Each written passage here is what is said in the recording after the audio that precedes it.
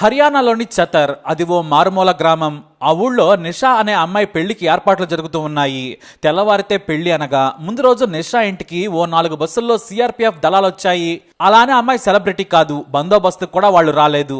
ఆ army battalion దిగ్గానే ఊరంతా shock అయిపోయారు. అందులో ఓ జవాను ఆ ఊర్లో ఉన్న పెద్దాయన దగ్గరకు వచ్చి, ఈ ఊళ్ళో ఈ రోజు ఓ పెళ్లి జరుగుతుంది కదా, ఆ ఇల్లు ఎక్కడ అన్నాడు.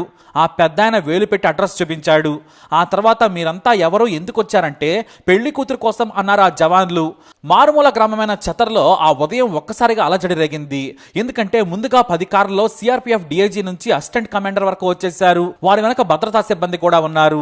ఆర్మీ జవాన్లంతా సరాసరి ఆ ఇంట్లో జరుగుతున్న పెళ్లి కూతురు ఇంటి ముందు నిలబడ్డారు. వాళ్ళను చూడగానే నిషా షాక్ అయిపోయింది. ఒక్కసారిగా కన్నీళ్లు పెట్టేసింది. మరి ఆ పెళ్లి కూతురు నిషా ఎవరో, అసలేం జరిగిందనేది చూద్దాం. ఈ నిషా గురించి తెలుసుకోవాలి అంటే సతీష్ అనే వ్యక్తి గురించి తెలుసుకోవాలి. ఏ నాన్నకైనా ఎందుకో కానీ కూతురంటే తెలియని ప్రేమ. ఎంతమంది కొడుకులున్నా కూడా కూతురంటే ఎక్కడా లేని ఇష్టం ఏర్పడుతుంది. ఆ బంధం ప్రత్యేకమైంది. అలాంటి ప్రేమే సిఆర్పిఎఫ్ జవాన్ సతీష్ కుమార్ది కూడా. తన కూతురు నిషా గురించి తోటి స్నేహితులకు ఎప్పుడు చెబుతుండేవారు ఆయన. నా బంగారు తల్లిని బాగా చదివించాలి, మంచి యువకుడితో పెళ్లి చేయాలని చెప్పేవారు. అంతేకాదు ప్రతిరోజు పడుకునే ముందు కూతురు ఫోటోను చూసుకునేవారు. తన బెడ్ పక్కనే ఎప్పుడూ కూతురు ఫోటో ఉండేది. తన కూతురుపై ప్రేమను చూసి అందరూ సంతోషించేవారు.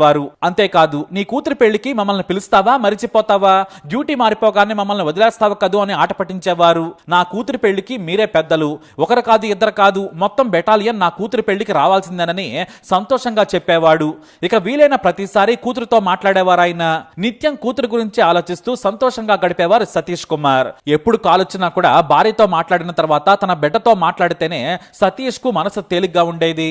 తాను ఎంత దూరం ఉన్నా కూడా కూతురితో ఒకసారి మాట్లాడితే చాలు, హాయిగా డ్యూటీలో ఒదిగిపోయేవారు ఆయన. అయితే సతీష్ కు కూతురు అంటే ఎంత ప్రేమో, దేశం అంటే అంతకంటే ఎక్కువ. ధైర్య సాహసాలకు పెట్టింది పేరు సతీష్. ఎన్నో తీవ్రవాద ఆపరేషన్లో పాల్గొన్నారు. ఆయన రంగంలోకి దిగారంటే పాకిస్తాన్ కుక్కలకు చొక్కలే. ఇతర సైనికులు ఆలోచనలో పడ్డా కూడా తీవ్రవాదులు ఉన్నారంటే చాలు, ఒక్కొక్కడిని చంపాకే ఇంటికి వెళ్లాలన్నంత కసిగా ఉండేవారు ఆయన. అంతేకాదు మంచి వ్యూహకర్త కూడా. తన కమాండర్లతో కలిసి ఆయన తీవ్రవాదులను ఏరివేసేందుకు వ్యూహాలను పన్నే చర్చల్లో పాల్గొనేవారు. అలా సతీష్ టీమ్ లో చాలా కీలకంగా ఉండేవారు. ఇక మంచి షార్ప్ షూటర్ కూడా. గురి చూసి కొడితే తీవ్రవాది పుచ్చ లేచిపోవాల్సిందే. డ్యూటీలో ఉంటే ఉగ్ర రూపంతో ఉండే సతీష్, డ్యూటీ లేకుంటే మాత్రం కూతురు గురించి ఆలోచిస్తూ ఉండేవారు. అయితే కద్వాలోని అటవీ ప్రాంతంలో ఉన్న గ్రామంలోకి తీవ్రవాదులు చొరబడ్డారన్న వార్త రాగానే బయలుదేరారు సతీష్. అతని కమాండర్ తో కలిసి చుట్టూ తీవ్రవాదులను చుట్టుముట్టేలా పక్కా ప్లాన్ చేశారు. హోరాహోరీ పోరు జరిగింది. దాదాపు 48 గంటల ఆపరేషన్. ఆ బ్యాగుల్లో ఉన్న బిస్కెట్లు, తినుబండారాలు, నీళ్లతోనే సిఆర్పిఎఫ్ జవాన్లు పోరాడారు. మొత్తంగా 6 తీవ్రవాదులను కాల్చి చంపేశారు. అయితే అదే పోరులో ఎదురుగా పోరాడి టెర్రరిస్టుని కాల్చారు ఆయన. ఆ పోరులో మరోవైపు నుంచి బుల్లెట్ దూసుకొచ్చింది. మార్చి 20, 2015న తీవ్రవాదులకు ఎదురెళ్లిన సతీష్ ఛాతిలోకి బుల్లెట్ దూసుకెళ్లింది. అయినా సరే తన తోటి సైనికులను ఆయన అలర్ట్ చేసి ఆ తీవ్రవాది వెంటపడి కాల్చమని ఆదేశించాడు. సతీష్ మొండితనం చూసి మొదట ఎవరూ గుర్తించలేదు. ఆ తర్వాత పక్కకొచ్చి తుపాకీ గురిపెట్టిన మరో స్నేహితుడు చూసి షాక్ అయ్యాడు. వెంటనే తన కమాండర్ కు చెప్పడంతో వేగంగా సతీష్ ను ఆసుపత్రికి తరలిస్తుండగా మార్గం మధ్యలోనే దేశం కోసం ప్రాణాలు అమరుడయ్యాడు సతీష్ కుమార్. భారతమాత సేవలో ప్రాణాలు విడిచారాయన. కానీ తన స్నేహితుల కళ్ళల్లోకి చూసిన సతీష్ చేతిలో చేయి వేసి తన కూతురు ఏడవకుండా చూడమని చెప్పి కన్ను మూశారు.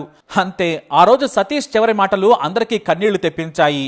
తమ సిఆర్పిఎఫ్ క్యాంపుకి వెళ్లగానే బెడ్ పక్కనే ఉన్న సతీష్ కూతురి ఫోటో చూసి అందరూ కన్నీటి పర్యంతమయ్యారు. ఆ తర్వాత స్వయంగా హర్యానాలోని చతర్ గ్రామానికి వెళ్లి ఘనంగా నివాళులు అర్పించి వచ్చారు. అయితే చూస్తూ ఉండగానే కాలం గడిచిపోయింది. అదే గ్రామానికి చెందిన మరో సిఆర్పిఎఫ్ జవాన్ సతీష్ కూతురు పెళ్లి గురించి తన స్నేహితులకు చెప్పాడు. అంతేకాదు దూరంగా డ్యూటీలు చేస్తున్న వారంతా తమ వాట్సాప్ గ్రూపులో సతీష్ తన కూతురు గురించి ఆరాటపడ్డ విషయం గుర్తు చేసుకున్నారు. అంతే, మనమే పెళ్లి చేద్దామని చెప్పేశారు. దాదాపు 200 మంది సతీష్ కూతురు పెళ్లి గురించి తెలుసుకుని తామే కన్యాదానం చేయాలనుకున్నారు. ఈ విషయం గురించి, పర్మిషన్ గురించి సిఆర్పిఎఫ్ డిఐజీ కోమల్ సింగ్ ని కలిశారు జవాన్లు. సార్, మన సతీష్ దేశం కోసం ప్రాణాలు విడిచారు, ఎంతో ధైర్యవంతుడు. కానీ తమ కూతురు గురించి ప్రతిరోజు చెప్పేవారు, గొప్పగా చదివించాలని, పెళ్లి చేయాలని. మన అమరుడైన సైనికుడి కూతురికి నాన్నలేని లోటు తెలియకుండా పెళ్లి చేయాలి. కాబట్టి మాకు ఒక్క 2 రోజులు సెలవు కావాలి సార్ అన్నారు. ఎంతమందికి అంటే అందరికీ అన్నారు. అన్నారు. కానీ అందరికీ ఇవ్వడం కుదరదు కదా, కొంతమంది వేరే చోట డ్యూటీ చేస్తున్నారని చెప్పారు. సార్, మేము అందుబాటులో ఉన్న వాళ్ళం వెళ్ళి వస్తాం. ఆ చిట్టి తల్లి నాన్న లేకుండా పెళ్లి చేసుకోవడం గురించి బాధపడుతూ ఉండొచ్చు, మేమే ఖర్చు పెడుతున్నాం, మీ అనుమతి కావాలన్నారు. ఆ మాటలు విన్న డిఐజీ, మీరే వెళతారా, నేను రావద్దా అన్నాడు. అంతే, ఒక్కసారిగా అందరూ ఎగిరి గంతేశారు. డిఐజీనే స్వయంగా ఆ మాట అనడంతో వారి సంతోషం అంతా ఇంతా కాదు. మీరే కాదు, నేను కూడా సాయం చేస్తాను, ఆ చిట్టి తల్లి నిషా పెళ్లి చేద్దాం పదండి అన్నారు. అంతేకాదు, డిఐజీనే స్వయంగా వస్తూ ఉండడంతో డిప్యూటీ కమాండర్ వేద్పాల్కి ఈ విషయం తెలిసింది. అంతే, ఆయన కూడా వచ్చేసి, నాకు తెలియకుండా మీరెళ్తారా, నేను రావద్దా అన్నారు ఆయన. ఇక సైనికుల ఆనందం మరింత పెరిగింది. కానీ అంతటితో ఆగలేదు. ఆ తర్వాత అసిస్టెంట్ కమాండెంట్ కృష్ణకుమార్ సైతం, నేను కూడా వస్తున్నా, నాకు తెలియకుండా మీరు వెళితే నేను ఒప్పుకుంటానా అనేశారు ఆయన. తమ సైనికుడి కోసం వారు కూడా చిన్నపిల్లల్లా స్నేహితుల్లా మారిపోయారు. అక్కడున్న సైనికులు కన్నీళ్లు పెట్టుకున్నారు. సరిగ్గా పెళ్లికి ముందు రోజు దేశ సేవలో అమరుడైన సతీష్ కుటుంబానికి సమాచారం ఇచ్చారు సిఆర్పిఎఫ్ అధికారులు. అయితే ఏ 4-5 వస్తారని అంతా అనుకున్నారు. కానీ రాత్రి సమయంలో మారుమూల గ్రామమైన చతర్లో ఒక్కసారిగా అలజడి రేగింది. ఎందుకంటే ముందుగా 10 కార్లలో సిఆర్పిఎఫ్ డిఐజీ నుంచి అసిస్టెంట్ కమాండెంట్ వరకు ఉన్నారు. వారి వెనుక భద్రతా సిబ్బంది, ఆ వెనకే 2 వ్యాన్లలో జవాన్లు రావడంతో ఏం జరుగుతుందో గ్రామస్తులకు ఏమీ అర్థం కాలేదు. మొదట ఎవరైనా సెలబ్రిటీ వస్తున్నారా అనుకున్నారు, లేదంటే సీఎం లాంటి నేత తమ గ్రామానికి వస్తున్నారా అని చర్చించుకున్నారు. ఇంతమంది సిఆర్పిఎఫ్ జవాన్లు ఎందుకు వచ్చారో అర్థం కాక భయపడ్డారు. గ్రామ సర్పంచ్ భయంతో వచ్చి, ఏం జరిగింది సార్ అన్నాడు. ఏం జరగలేదు, మీరేం భయపడద్దు, మేము మా స్నేహితుడు సతీష్ కూతురు నిషా పెళ్లికి వచ్చామని చెప్పారు. అంతే, తెల్లారేసరికి ఆ గ్రామం అంతా సందడిగా మారింది. ప్రతి ఒక్కరూ ఆర్మీ జవాన్ల దగ్గరికి వెళ్లారు. పెళ్లి కూతురును పెళ్లిపేటల వరకు సిఆర్పిఎఫ్ డిఐజీ, అసిస్టెంట్ కమాండెంట్ సహా అక్కడున్న ఉన్నతాధికారులందరూ కూడా స్వయంగా తీసుకెళ్లారు. ఇక ఆ ఊరికి దగ్గరలో ఉన్న సిఆర్పిఎఫ్ జవాన్లు సతీ సమేతంగా వచ్చారు. వారితో కన్యాదానం చేయించారు ఉన్నతాధికారులు. పెళ్లి కొడుకు కాళ్లు కడిగి తాళి కట్టే వరకు ముందు కూర్చున్నారు. సతీష్ ఫోటోతో కూర్చున్న పెళ్లి కూతురుతో ఫోటోలు దిగారు. టెంట్లు వేసే దగ్గర నుంచి వంటల వరకు, చివరకు బంధువులకు వడ్డించే వరకు కూడా వ్యవహారాలన్నీ కూడా జవాన్లే చూసుకున్నారు.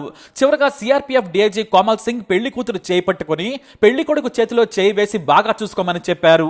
ఇక పెళ్లి కొడుకు పెళ్లి కూతురు ప్రతి ఒక్క జవాన్ దగ్గర ఆశీస్సులు తీసుకున్నారు. తన తండ్రి స్నేహితులు ఉన్నతాధికారులు తన పెళ్లికి రావడంతో సంతోషం తట్టుకోలేక నాన్న గొప్పదనం గురించి కన్నీటి పర్యంతమైంది నిషా. ఆమెను ఓదార్చడం ఎవరి వల్ల కాలేదు. చివరకు పెళ్లి కూతురును అత్తారింటికి పంపిన తర్వాతే వాళ్ళు అక్కడ నుంచి రాత్రి తిరిగి పయనమయ్యారు.